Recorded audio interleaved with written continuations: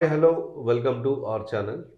మనందరికీ తెలుసు, కుమారి అనే ఓ మహిళ కొండాపూర్లో ఒక మెస్ నడుపుతూ ఈ మధ్య గత కొద్ది రోజుల క్రితం వరకు సామాజిక మాధ్యమాల్లో వైరల్ అయినట్టు మనం వార్తల్లో చూసాము సామాజిక మాధ్యమాల్లో.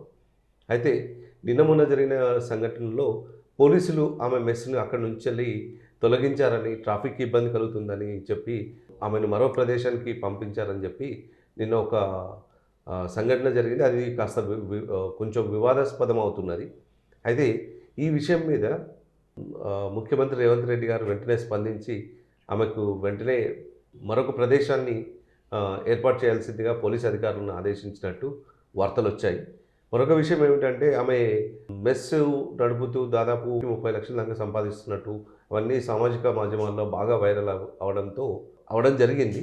అయితే ముఖ్యమంత్రి రేవంత్ రెడ్డి గారు స్పందించిన విధానం వెనకాల ఏపీ ప్రతిపక్ష నాయకుడు చంద్రబాబు నాయుడు గారి ఇన్ఫ్లుయెన్స్ ఉంది అని చెప్పి వార్తలు వస్తున్నాయి.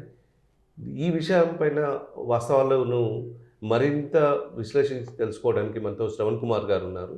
వారిని అడిగి తెలుసుకుందాం. శ్రవణ్ కుమార్ గారు, ఈమె కుమారి ఆంటీ అని పిలుస్తుంటారు జనాలు. ఇంతగా ఆమె మెస్సు సోషల్ మీడియా సామాజిక మాధ్యమాల్లో వైరల్ అయ్యి, తర్వాత పోలీసులు ఇన్వాల్వ్ అయ్యి ఆమె మెస్సును తొలగించి, మళ్ళీ తర్వాత వెంటనే దానికి ముఖ్యమంత్రి రేవంత్ రెడ్డి గారు స్పందించడం జరిగింది. అదేవిధంగా ఆంధ్రప్రదేశ్ నుంచి ప్రతిపక్ష నాయకుడు చంద్రబాబు నాయుడు కూడా ఇన్ఫ్లుయెన్స్ చేశారని చెప్పి వార్తలు వస్తున్నాయి. ఇది ఎంతవరకు సమంజసం? ఈమె ఇంతగా వైరల్ కావడానికి అసలు విషయం ఏమిటి? అసలు యాక్చువల్గా ఇది ఒక సామెత ఉంటుంది. అంటే కత్తి పట్టినవాడు కత్తికే బలవుతాడు అనేది సామెత కూడా ఉన్నట్టు, కొన్ని సందర్భాలలో ఈ సోషల్ మీడియా ద్వారా ఏదైతే సోషల్ మీడియా ద్వారా పబ్లిసిటీ వస్తుందో, ఏదైతే పేరు ప్రతిష్టలు వస్తుందో, అదే సోషల్ మీడియా ద్వారా ప్రాపగండ అవ్వడం కానీ, ఆ ఇన్ఫ్లుయెన్స్ పోవడం కానీ కూడా చాలా సందర్భంలో జరిగింది.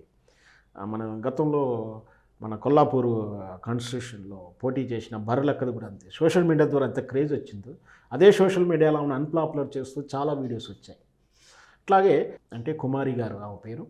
ఆమె కొండాపూర్ ప్రాంతంలో చిన్నపాటి బడ్డీ హోటలు, చాలా దిక్కుల ఈ హైదరాబాదులో చాలా స్ట్రీట్ ఫుడ్ అంటాం వ్యవహారిక భాషలో. అట్లా స్ట్రీట్ ఫుడ్ షాపులు కానీ, లేదా ఒక 2 వీలర్ కానీ, 4 వీలర్లు కానీ, ఒక 3 వీలర్ ఆటోలో కానీ పెట్టుకొని అమ్మడం సర్వసాధారణం ఈ రోజుల్లో.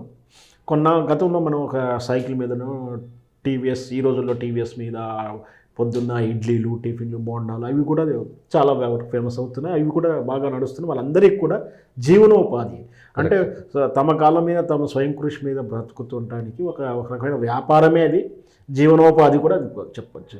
అట్లా చాలా ఉన్నాయి. అందులో ఇది కూడా ఒకటి. అయితే ఇక్కడ వచ్చినటువంటి ఈ రోజుల్లో వచ్చినటువంటి కొత్త ట్రెండ్ ఈ ఇన్స్టాగ్రామ్ల ద్వారా కానీ, ఫేస్బుక్ ద్వారా కానీ, యూట్యూబ్ ద్వారా కానీ, ఈ సోషల్ మీడియాలో ఈ వ్యూస్ కోసం కొన్ని ప్రత్యేకంగా ఛానల్స్ వాటి మీదనే పనిచేయడం, లేదా కొంచెం ఇన్ఫ్లుయెన్స్ ఉన్నటువంటి వ్యక్తులు ఆ షాపుకి కానీ ఆ ప్రదేశానికి విజిట్ చేయడం, ఆ షాప్ యొక్క సేల్స్ విషయంలో ప్రమోట్ చేయడము, వాళ్ళు చెప్పే తీరు కానీ, వాళ్ళు చేసిన మేకింగ్ స్టైల్ కానీ, లేదా అది చెప్పిన వాళ్ళ క్రెడిబిలిటీ ప్రకారం ఏంటంటే అనూహ్యంగా వాటికి స్పందన వస్తుంది, పబ్లిసిటీ వస్తుంది. అట్లా ఈ ఆంటీకి వాళ్ళు సోషల్ మీడియాలో చేసిన వీడియోస్ ద్వారా అనూహ్యంగా, అంటే చెప్పిన విధానం బాగుంది, ఆ విధానంలో అక్కడ ఉన్న దొరికేటువంటి ఆ టేస్ట్ కానీ, రేటు కానీ కంఫర్టబుల్గా ఉండడం, ఒక్కసారిగా అది అదృష్టం కలిసి వచ్చిందని కూడా చెప్పాలి. ఆమె చాలా ఫేమస్, ఇది మామూలు ఫేమస్ కాదు. మనం వీడియోలో చూస్తుంటాం. ఆమె కోసం ఒక విఐపి కోసం అంటే రోజు ఆమె పొద్దున్న 6 గంటలకు తీసి నైట్ దాకా ఉండే హోటల్ కాదు అది. అది భోజనం టైంకి మాత్రం 3-4 అవర్స్ వస్తుంది. 11కు అట్లా వచ్చేసి ఆ 3కు 2:30, 3-4 వరకు కంప్లీట్ చేసుకుని వెళ్ళిపోతుంది.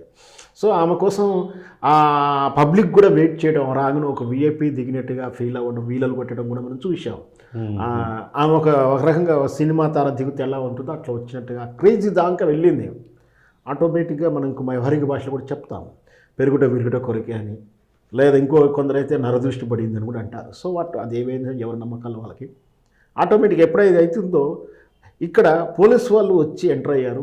ఇక్కడ పబ్లిక్ న్యూసెన్స్ అవుతుంది, పార్కింగ్ వల్ల, వెయిటింగ్ వల్ల ట్రాఫిక్ జామ్ అవుతుంది, కాబట్టి మీరు ఇక్కడ పెట్టడానికి వీలు లేదని అబ్జెక్ట్ చెప్తున్నారు. సరే, పోలీసులు విధి తమ డ్యూటీ తాము చేశారు, ప్రశంసించాలి. అయితే ఈరోజే వచ్చిందా మీకు ఆమె ఫేమస్ వచ్చిందా అని అనడం కూడా ప్రశ్నిస్తున్నప్పుడు విధానం విన్నాం. కానీ వాస్తవానికి ఈరోజేగా ప్రతిరోజు చెప్తూనే ఉంటారు. ప్రతిరోజు కవర్ చేయలే కానీ ఈరోజే కవర్ చేశారు. ఇక్కడి నుంచి ఈ ప్రశ్న వీళ్ళు వేసుకోవాల్సిందే. రోజు కవర్ చేయని వీడియోస్ ఈరోజు ఎందుకు కవర్ చేస్తున్నాయి అడగడం మానేసి, రోజు అబ్జెక్షన్ చెప్పండి ఈరోజు ఎందుకు అబ్జెక్షన్ చెప్తున్నామని అడుగుతున్నారు. సో అది మరి ఇది ఇరు సైడ్ నుంచి ఉన్నటువంటి వ్యత్యాసం, దృష్టికోణం లోపం. ఏదైతేనేమి ఇదివరకు పోలీసులు అబ్జెక్షన్ చెప్పకుండా ఈరోజైతే చెప్పారు, పక్క వాళ్ళకి ఎందుకు చెప్పట్లేదు కూడా అడుగుతున్నారు. పక్క వాళ్ళకి వచ్చే కస్టమర్ వల్ల ట్రాఫిక్ జామ్ అవ్వట్లేదు, ఇబ్బంది పడతలేరు. సో ఈమెకు వచ్చిన కస్టమర్ ద్వారా ఈ షాప్కి వచ్చే కస్టమర్ ద్వారా ఈ హోటల్కి వచ్చే కస్టమర్ ఇబ్బంది కాబట్టి అబ్జెక్ట్ చెప్పడం సహజమే. చెప్పారు, ఆబ్జెక్ట్ చెప్పి అసలు పెట్టడానికి వీల్లేదు అంటలేరా. ఇంకొకటి ఏంటంటే అది వివాదాస్పద ప్లేస్లో వీరు ఏదో రెంట్కి తీసుకున్నారు, వాళ్ళ ఏదో కేసు ఉంది, ఓనర్ ఎవరు రెంట్ ఎవరు కట్టాలని, అది వేరే అంశం, వాళ్ళకి పోలీసులకు సంబంధించిన అంశం కాదు, ట్రాఫిక్ సమస్య పోలీసుల అంశం. సో పోలీసులు ఏం చెప్తున్నారు, ఇక్కడ ఉంటా ట్రాఫిక్ ఉండదు, మీరు తీయకూడదు. అట్లాంటప్పుడు ఇక్కడ మాధ్యమ మార్గం ఏమిటి పరిష్కారం అంటే, వీళ్ళు సిస్టమేటిక్గా పార్కింగ్ చేసుకునే సెక్యూరిటీ విభాగాన్ని పెట్టుకోవడం కానీ, ఆల్టర్నేషన్ దూరంగానో పక్కకొని ఎక్కడైనా పార్కింగ్ పెట్టుకోవడం. సహజంగా చూస్తున్నాం కొన్ని షాపింగ్ కాంప్లెక్స్కి వెళ్ళినప్పుడు పార్కింగ్ ఫెసిలిటీ లేని షాపులు, మాల్స్, ఆ పక్కన ఇంకా వేరే బిల్డింగ్ కూడా తీసుకొని అక్కడ పార్కింగ్ ఫెసిలిటీ ఇస్తుంటారు, ముఖ్యంగా హాస్పిటల్స్, కాలేజీల విషయంలో. అలాగే వీళ్ళు కూడా ఏదైనా చేసుకుంటుంటే బాగుండే, కానీ దానికి కూడా వీళ్ళు పబ్లిసిటీగా వాడుకోవడం, మమ్మల్ని తీసేయమంటున్నారు, సింపతి గెయిన్ చేయడానికి వీళ్ళు కూడా ఏదో వీడియో చేస్తూ రకరకాలుగా జరిగింది. వాస్తవానికి ఆ పరిష్కారం అయ్యే సింపుల్ వే అది.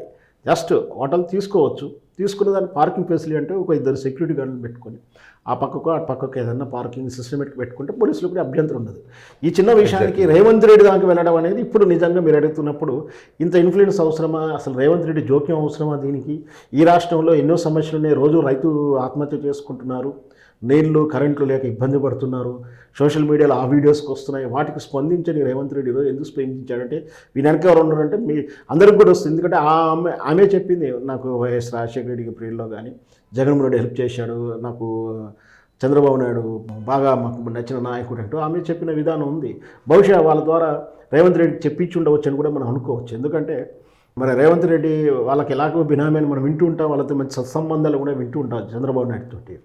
సో వాళ్ళ మేబీ ఉండొచ్చు, ఉండకపోవచ్చు. ఏదైతేనేమి రేవంత్ రెడ్డి చంద్రబాబు నాయుడు చెప్పిండని స్పందించాడా, లేదా ఆ సోషల్ మీడియా ద్వారా స్పందించాడో, లేదా వీళ్ళు అర్జీ చేసుకుని స్పందించాడు అంటే, రోజు ప్రజాపాలనలో లక్షలాది అప్లికేషన్ వస్తున్న వాటికి స్పందించని రేవంత్ రెడ్డి మరి దీనికి ఎందుకు స్పందించాడంటే, బ్యాక్ ఎవరు ఇన్ఫ్లుయెన్స్ ఉంది, కుమారి ఇన్ఫ్లుయెన్స్ అయితే కుమారి చేత ఇన్ఫ్లుయెన్స్ చేయబడింది. ఎవరు చెప్పారంటే మరి జగన్మోహన్ రెడ్డి చెప్పాడా, చంద్రబాబు నాయుడు చెప్పాడా, ఇంకెవరు చెప్పారో మనకు తెలియదు. రోజు సోషల్ మీడియాలో కనపడి స్పందిస్తుంటానికి చాలా ఆత్మహత్యలు జరుగుతున్నాయి, రైతు ఆత్మహత్య జరుగుతుంది, ఏ రోజు కూడా ఒక్కదాన్ని కూడా స్పందించలేదు. ఒకవేళ నాకు కరెంట్ లేదు, నీళ్ళు లేవు, ఫారూక్ కట్టలేదంటే వాళ్ళ మీద కేసులు పెడుతున్నారే కానీ దానికి కారణం ఏంటి, రీజన్ ఏంటి అనేది స్పందించట్లేదు. సో రెండో వైపు ఒకవేళ ప్రజాస్పందనలో కుమారి గారు ఏమన్నా అప్లికేషన్ ద్వారా స్పందించాడంటే, ప్రజాపాలన రోజుకు లక్షలాది అప్లికేషన్ వస్తున్న వాటికి ఏవి పరిష్కారం చూడకుండా కేవలం కుమారి లాంటి హోటల్ సమస్యని ప్రధానంగా తీసుకున్నాడంటే దాని మనకి ఏముందని కూడా మనం ఆలోచించాల్సిన అనుమానాలు రేవంత్ రెడ్డి అండ్ ఆ పార్టీ మనకి ఇచ్చినట్టుగా భావించాలి. సో ఏదైనా సరే ఆ స్వతంత్రంగా వ్యాపారం చేసుకోవచ్చు, స్వతంత్రంగా ఎవరైనా సరే, రేవంత్ రెడ్డి కాదు ఏ సాధారణ పౌరుడు అని చెప్తారు, కోర్టుకి వెళ్ళినా కూడా అలాంటి తీర్పు వస్తుంది. ఆమె కనుక అక్కడే నిర్వహించుకోవచ్చు, అక్కడ నిర్వహించుకోవద్దని అనడానికి హక్కు ఎవరికీ లేదు. ఏదైతే ట్రాఫిక్ అభ్యంతరం ఉందో అభ్యంతరమైన విధానం పరిష్కారం ఏంటంటే, ఆమెకు 2 సెక్యూరిటీ గార్డులను బౌన్సర్లను పెట్టుకొని ఆ ప్రదేశానికి ఆ దూరంగానో ఆ పక్కకు అవైలబిలిటీ ఉన్న స్పేస్ని తీసుకోవడం, వచ్చిన ట్రాఫిక్ వచ్చినటువంటి వెహికల్స్ సిస్టమేటిక్గా ఆపించుకోగలగడం అనేది ఆమెకు ఉన్నటువంటి విధానం. సో ఆమెకు ఆ విధంగా తోయినప్పుడు ఎవరైనా చెప్పే వాళ్ళని ఆ విధంగా చెప్పుంటే బాగుండేది. మరి వేచి చూద్దాం ఎలాంటి నిర్ణయాలు జరుగుతాయి, మనకేం తెలియదు అవన్నీ. థ్యాంక్ యూ శ్రవణ్ కుమార్ గారు. థ్యాంక్ యూ అండి.